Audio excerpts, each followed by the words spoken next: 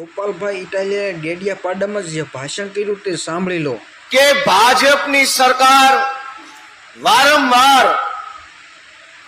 વારંવાર શા માટે ચૈતરભાઈ ઉપર ખોટા કેસો કરીને જેલમાં પૂરે.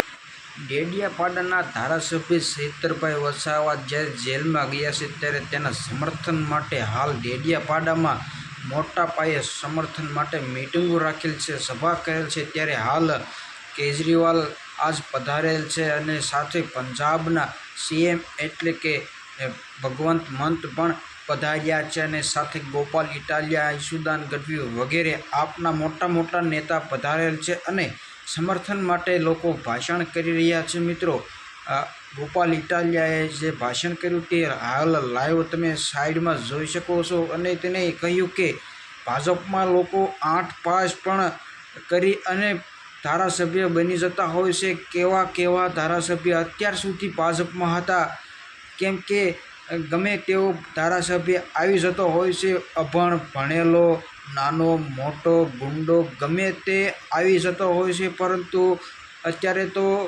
જોઈએ કે ભણેલા જ આવે છે. એવી રીતે જો ભણેલા હોય તો વિકાસ થાય. તો ત્યારબાદ આગળ વાત કરું તો નાના ધારાસભ્ય અત્યારે હાલ ચૂંટાય છે અને તાલુકા પંચાયતમાં જ્યારે મિટિંગ રાખેલ હતી ત્યારે જ ચૈતર વસાવા આવ્યા હતા અને તેને મદદ કરવા માટે આવ્યા હતા અને અચાનક જ કેસ ઊભો થયો અને ત્યારબાદ જેલમાં જવાનો વારો આવ્યો. પરંતુ થોડા દિવસમાં અત્યારે મુદત માગી છે અને જામીન ઉપર વાત ત્યારબાદ થવાની છે, તો છૂટી પણ શકે છે. અને આ તાલુકા પંચાયતમાં જ્યારે આવું બાંધણ થઈ ત્યારે ભાજપના નેતા હોઈ શકે તે માટે હવે આપણે આપને મત દઈએ અને આપના જ બધા હોય તેથી કરીને બાંધણ જ ન થાય એવું હાલ ગોપાલ ઇટાલિયાએ ભાષણમાં કહ્યું છે. મિત્રો, અને હાલ ચૈતરભાઈ વસાવા છે બધાના દિલમાં વસી ગયા છે.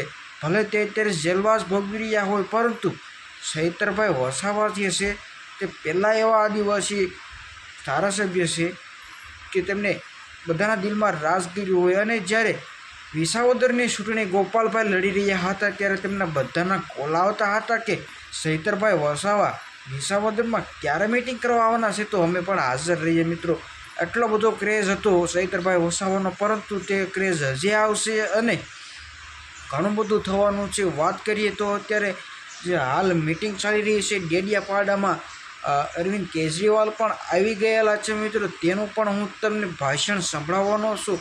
બધું જ અમારા ચેનલમાં જોવા મળશે, જેથી કરીને અમારી ચેનલ સબસ્ક્રાઈબ કરી લેજો અને અમારી ચેનલ જોતા રહેજો અને ગમે તો લાઈક કરી દેજો અને તમારા મિત્રોને શેર કરી દેજો.